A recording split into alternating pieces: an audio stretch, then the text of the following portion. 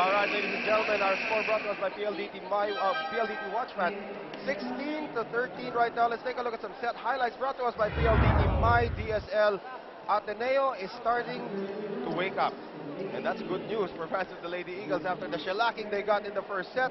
Look at the attack here by Phil Cainglet. We told you that she was quiet in the second set. Ngayon, nagparamdam na. That's right. And actually, even reception for Ateneo working for them, they're actually digging better now than UST. What a difference a set makes, actually. Soriano tapping it across. Maizo dug up by Gretchen Ho. Here comes Cainglet. Rejected on the net there by Maizo. Well, good adjustment there made by Ortiz and Maizo because Cainglet has been very successful going down the line. And these two ladies have to remember that they're both 5'10", 5'11", and Cainglet is only 5'7". So they have an advantage in terms of height and length. That's right. Pride na lang eh pagka nakalusot. Oh, yan.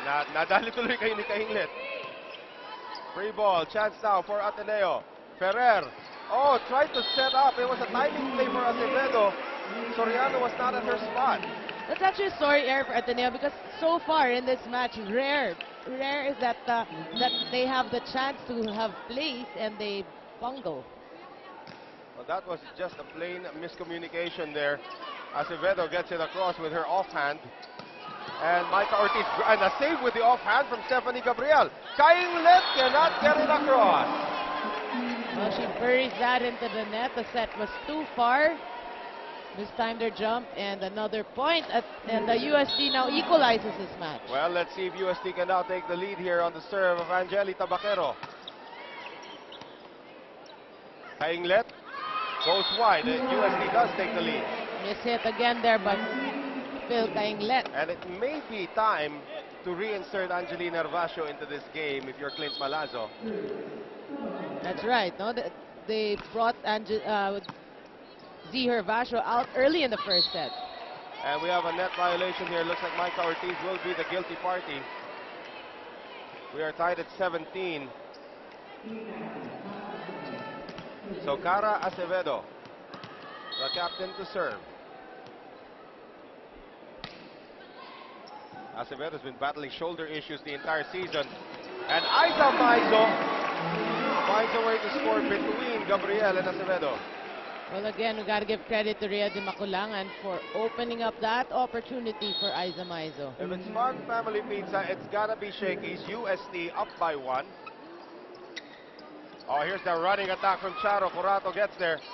Carolino, Sontaya, Ferrer, Cainglet, and that never crossed again. So Phil Cainglet is trying her best, but it's just not working right now. And as we mentioned, here is what we were suggesting earlier. Clint Malazzo within an earshot of us. Actually might have heard us. So he probably heard you. Yes, Hervasio comes in. Hervasio only played in 4 points in the first set. That's right, but Phil Cainglet actually did a good job. Right. Not to take anything away from Cainglet. A collision between Soriano and Hervasio. Timeout Clint Malazzo as Ateneo has fallen behind by 3.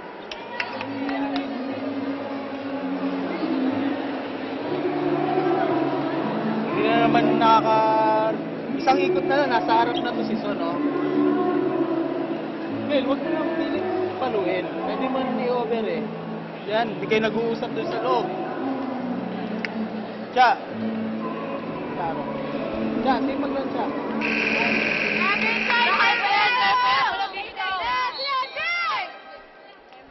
20-17 right now. Yan po ang aming mga pangalan na Noel Zarate kasama si Doreen Go at saka yung dating number 14 ng UST. Ayan, nakangiti-ngiti pa. Si Denise Tan, nandiyan sa gilid. Naghahanap ng chismis. Chismosa kaya ito si Denise? Tanong nga natin sa kanya mamaya. Here is Hervasio. Tabaquero with a dig. And off to the stand goes Michelle Carolino.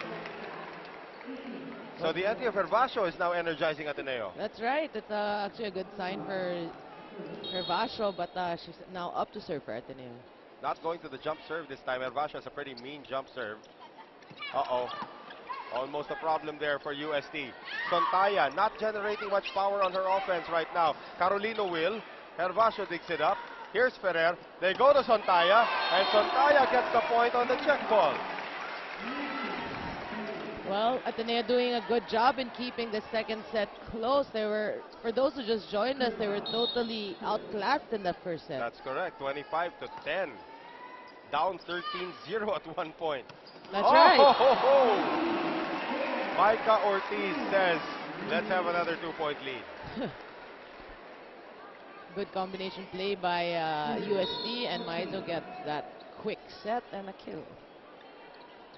And right now, here's the setup for Sontaya. Dug up by Tabaquero. Here's Carolino. Gabriel is there. Sontaya. Uh-oh! Welcome back to the game, Sontaya. Well, Sontaya also knows the importance of the placing. Whoever wins here. Well, whoever wins here will go up against number 4 Lyceum. That's right. And now, Soriano. And Carolino goes long. Look at this. We are tied at 21. The plot thickens. Well, a hitting error there by Michelle Carolina. I was talking to Coach Shaq earlier. Michelle Carolina's game isn't 100% yet. You know, She's going to get there. she's gonna get there. That's right. 70% about. Soriano. Di Maculangan dropping it in, and Soriano made the dive, but it was too late. Soriano was the only one who saw it coming for Ateneo. That's right. And smart. But credit to Rhea de Maculangan. Rey Evangelista bringing his daughters along here. Let's see if we can get a shot of Rey Evangelista in just a bit. Here's Sontaya. And, oh, that's a good save there by Shaq De Los Santos. Shaq De Los Santos should get back into uniform. So that's a lifting error actually on Shaq. J. Marks is the best grilled tuna in town. Service ace for Jem Perez. Ateneo has reclaimed the lead. Timeout, UST.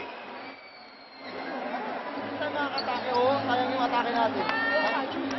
Saka ano, nakaganyan kami nun, dahil dinalawang kami. Ha? Isa lang, sige. Break lang yan, break lang. Ha? Habol yan, habol. Kapit ha, kapit. Okay? Sige lang.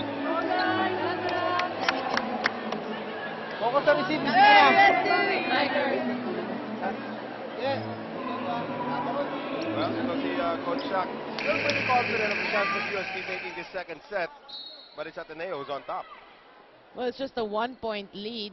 All they need, according to Coach Shaq, one good receive. That's what the coaches always say. Isang good receive.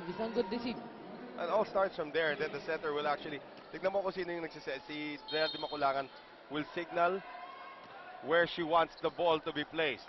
Di Maculangan goes to Tabaquero, attacking from the side. Dug up there, but not in time by Gabriel. Well, they tried, but Angie Tabaquero still getting her way here in the second set. It's still a Tabaquero show here, Noreen, so far. We are tied at 23. And now Di Maculangan, as we mentioned earlier, served 13 straight times in the first set. Oh, good reception by Hervasio. And Acevedo.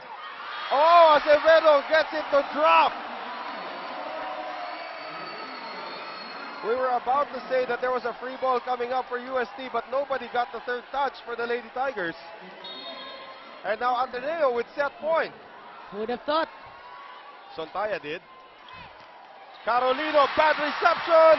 And Ateneo ties us up at 1 set apiece. Service ace from Sontaya Quiaobundit gets the job done, and we are in for a long match here, folks. 25-23. Let's take a look at our shaking play. Sontaya leisurely serving that time. Michelle Carolino could not get a good read on it. Rhea de Maculangan almost heading towards our official table. And that will be that for set number 2. Tied at 1 set apiece.